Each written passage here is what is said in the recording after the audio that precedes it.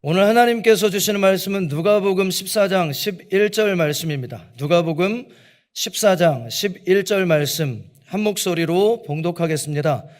무릇 자기를 높이는 자는 낮아지고 자기를 낮추는 자는 높아지리라. 아멘. 저는 오늘 말씀을 통해 예수님을 만나면 낮은 곳을 돌아보게 됩니다 라는 제목으로 함께 은혜를 나누기 원합니다. 낮은 곳이 어떤 곳인가? 한마디로 설명하자면 도움이 필요한 곳입니다.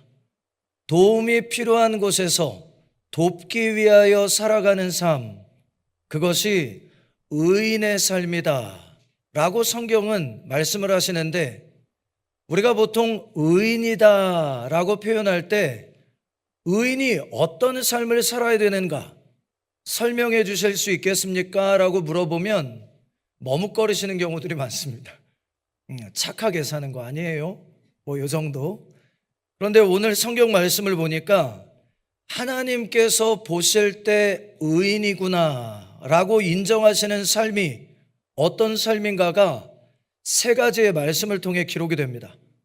저와 여러분이 49주년을 맞는 순복음 중앙교회의 역사적인 이 현장에서 예수님 다시 오시는 그날까지 동행하게 될 것인데, 예수님 앞에 서는 그날 예수님께서 우리를 네가 의롭게 살았구나 이렇게 인정하는 칭찬 다 받으시기 바랍니다. 오늘 말씀해 보니까 의인의 삶이란 어떤 삶이냐? 귀하게 여기는 삶이다. 무엇을 귀하게 여기는 삶인가? 연약한 자들을 귀하게 여기는 삶이다 이렇게 얘기합니다. 사람을 귀하게 여겨야 합니다. 사람을 귀하게 여겨야 합니다. 이 가치가 지금 이 시대에는 무너지고 있기 때문에 두 번을 강조한 것입니다. 대부분의 사람들이 돈을 얻기 위하여 사람을 희생합니다.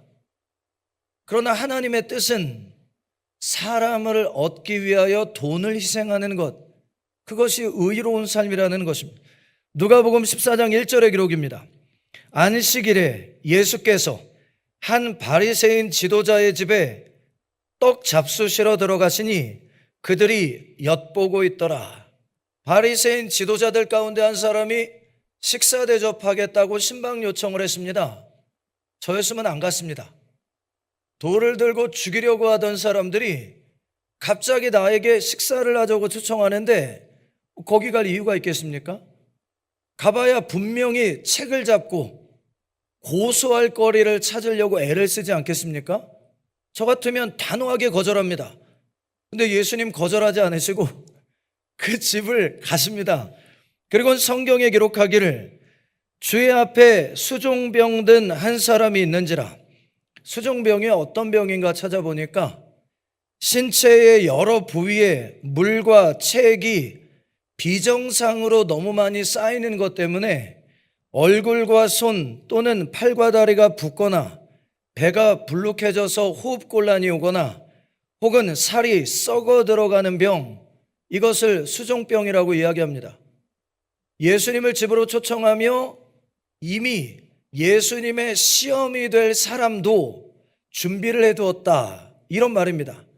안식일에 식사 자리에 초청하고 예수님 앞에다가 병든 자를 갖다 세웠다는 것은 공식적으로 안식일에 일을 하는 예수님의 현장 검증을 통해 고소할 거리를 찾겠다라는 목적인 거네요.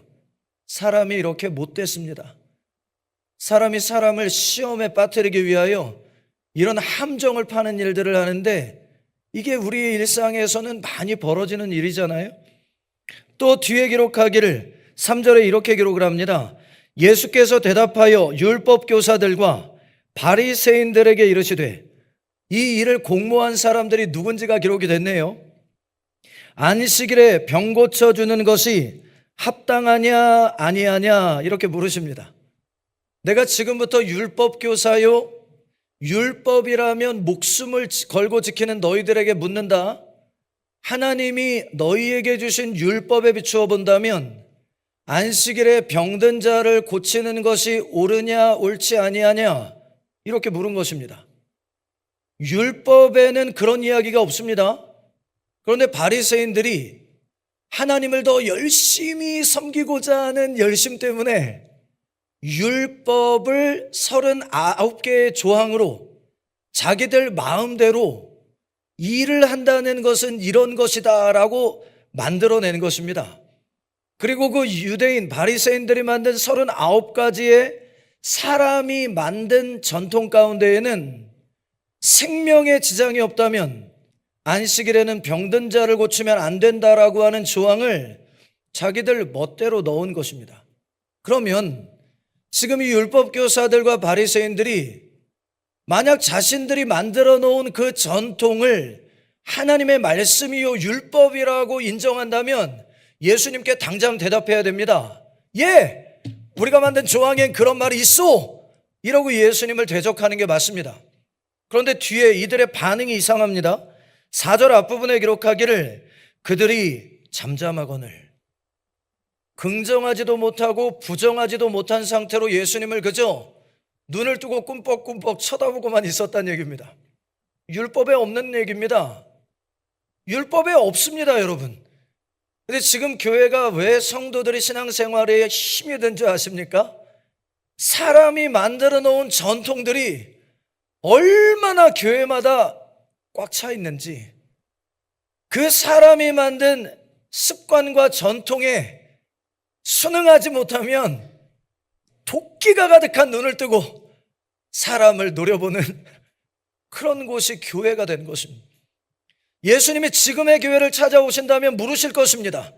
너희가 지금 그렇게 생명을 걸고 사람들을 그런 눈으로 쳐다볼 정도로 중요하게 생각하는 그 전통들이 과연 하나님께서 너희에게 주신 것들이냐? 이렇게 물어보실 것입니다. 거기에 대하여 아마 대부분의 교회들이 하나님 앞에 아무 대답을 하지 못할 겁니다. 왜냐하면 주님이 주신 말씀이 아니라 내가 하나님을 더 잘 섬기려면 이렇게 해야 된다라고 하는 내 스스로의 법을 만들어 놓은 것, 그것을 우리가 깨닫게 되기 때문입니다. 또 뒤에 4절 뒷부분에 보니까 예수께서 그 사람을 데려다가라는데 이게 원어적으로 보니까 어떤 뜻이냐면 꽉 붙잡아다가 이런 뜻입니다.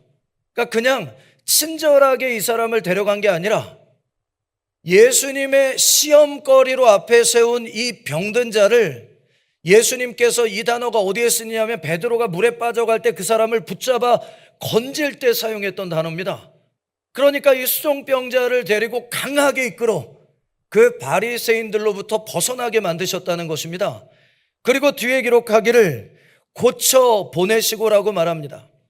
왜 이 사람을 바리새인들로부터 떼어내어 고치시고 돌려보내셨느냐? 이 사람이 만약 그 현장에 남아있다면 어떤 고난을 이 율법 교사들 때문에 받게 될지 예수님은 이미 몇 차례를 겪으신 것입니다.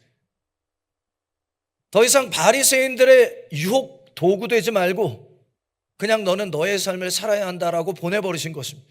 보호하시는 거예요. 그리고는 뒤에 5절에 기록합니다.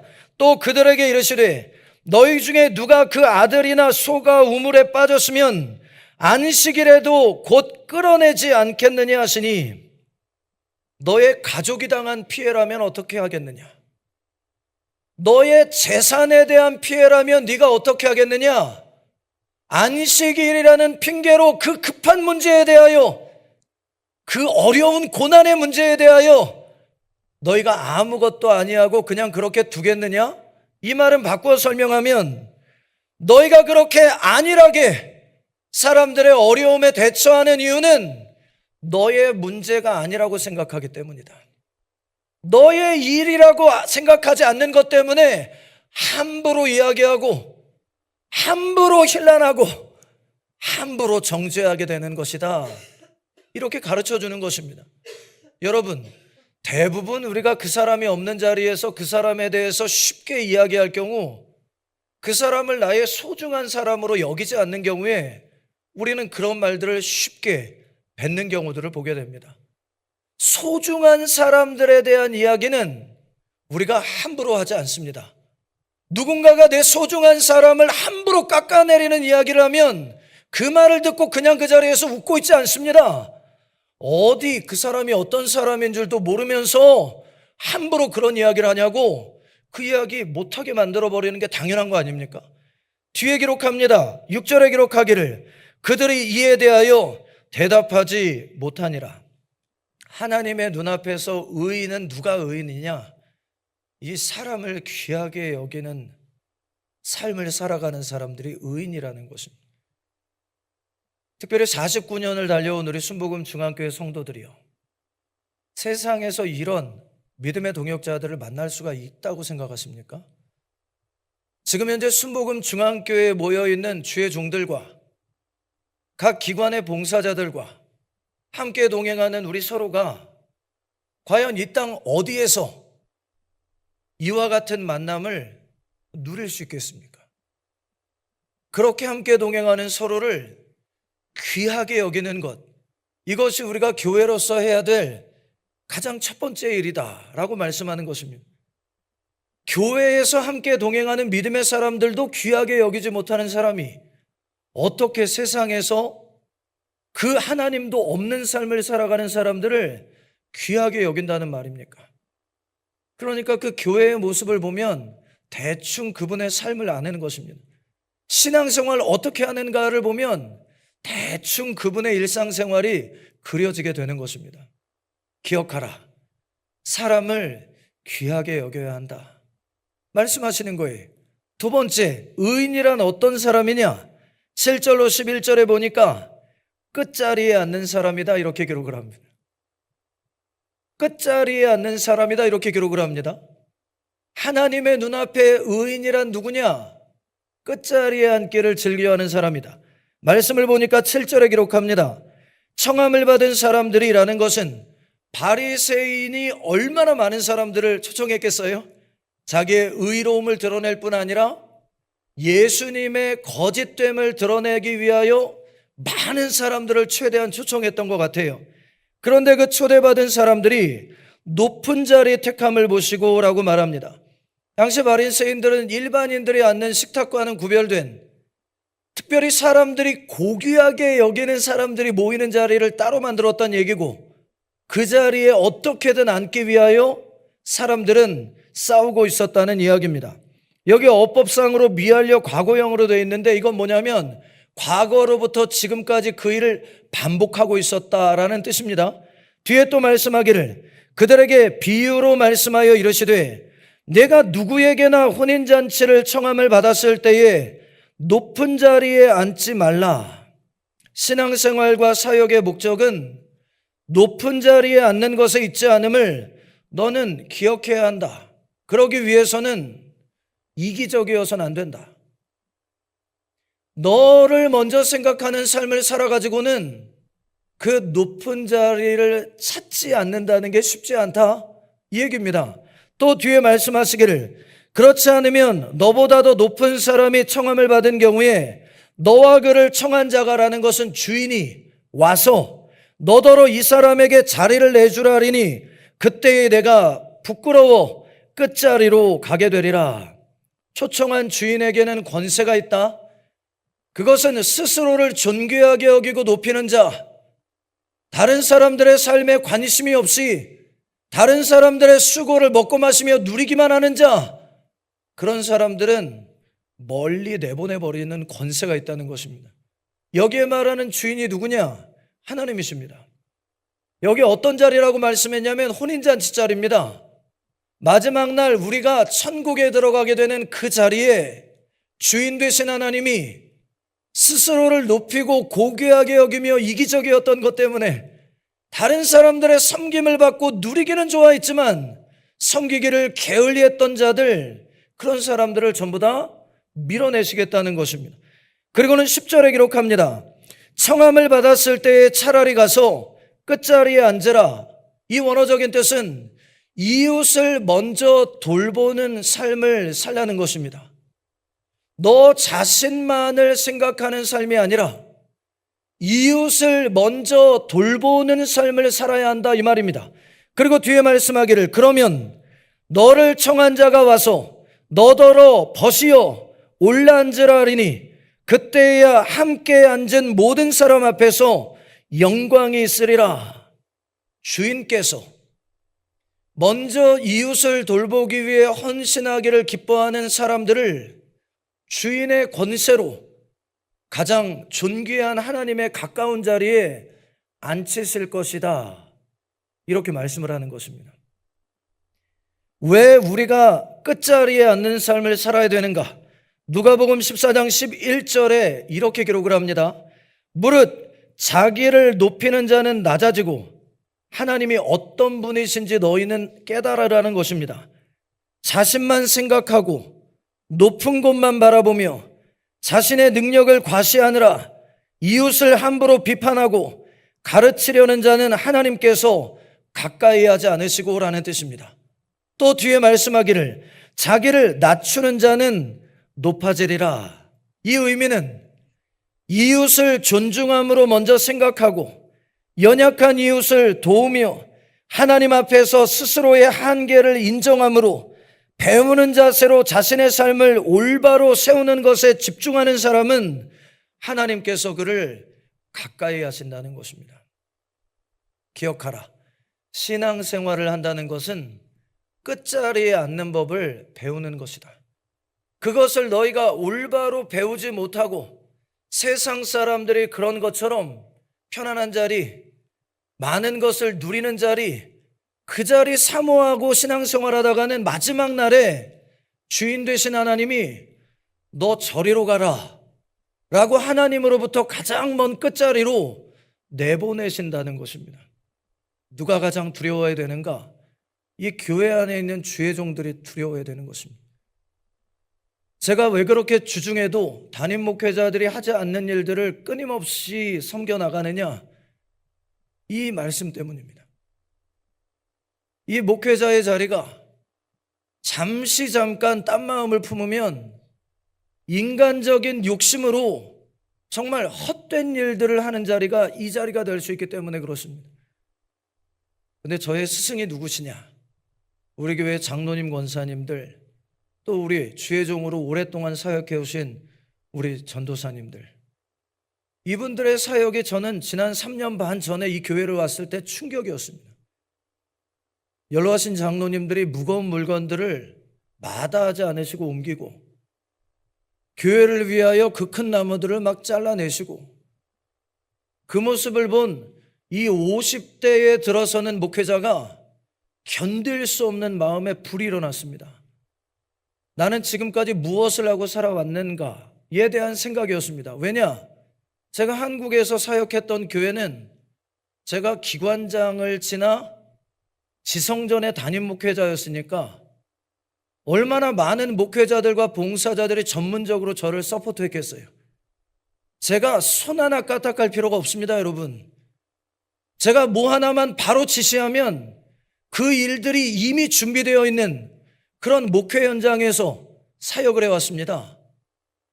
그런데 이곳 순복음 중앙교회에 와보니 함께 동행하는 모든 성도님들과 모든 재직들이 한 마음이 되어 서로가 가지고 있는 위치와 나이와 상관없이 서로를 돕기 위하여 십시일반 그렇게 얼마나 노력을 하시는지 그 모습에 제가 감동받았습니다.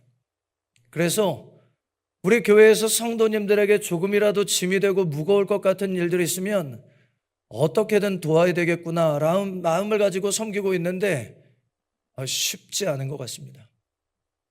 때로는 한계가 느껴지기도 하더라고요. 귀한 성도 여러분, 끝자리에 앉기 위하여 노력하고 나보다는 이웃을 먼저 편안케 하기 위하여 노력하고 이런 신앙생활을 한다는 게 쉽지 않습니다. 특히 누구에게 쉽지 않느냐?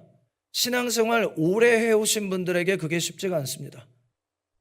내 체질을 완전히 바꾸고 언제든지 나보다는 먼저 이웃을 섬기기 위하여 희생하고 헌신하는 삶을 살아내야 합니다. 왜냐하면 마지막 날 예수님께서 우리를 어떻게 대하실지를 그때 정하시는 기준으로 삼으시겠다고 하셨기 때문입니다.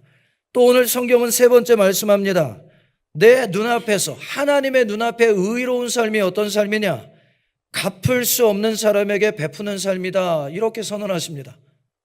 우리가 누군가에게 베풀 때 잊지 말아야 될 것이 있다라고 말씀을 합니다. 12절의 기록입니다. 또 자기를 청한 자에게 이르시되 내가 점심이나 저녁이나 베풀거든 벗이나 형제나 친척이나 부한 이웃을 청하지 말라. 보답을 기대하며 베풀지 말라는 것입니다.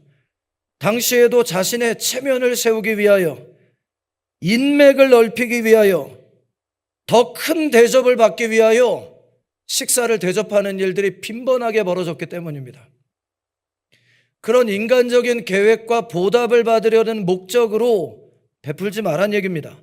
두렵건대 그 사람들이 너를 도로 청하여 네게 가품이 될까 하노라. 이 말은 네가 이미 사람들로부터 보상을 받은 것으로 인해 하나님께는 받을 것이 없을 것이기 때문이다.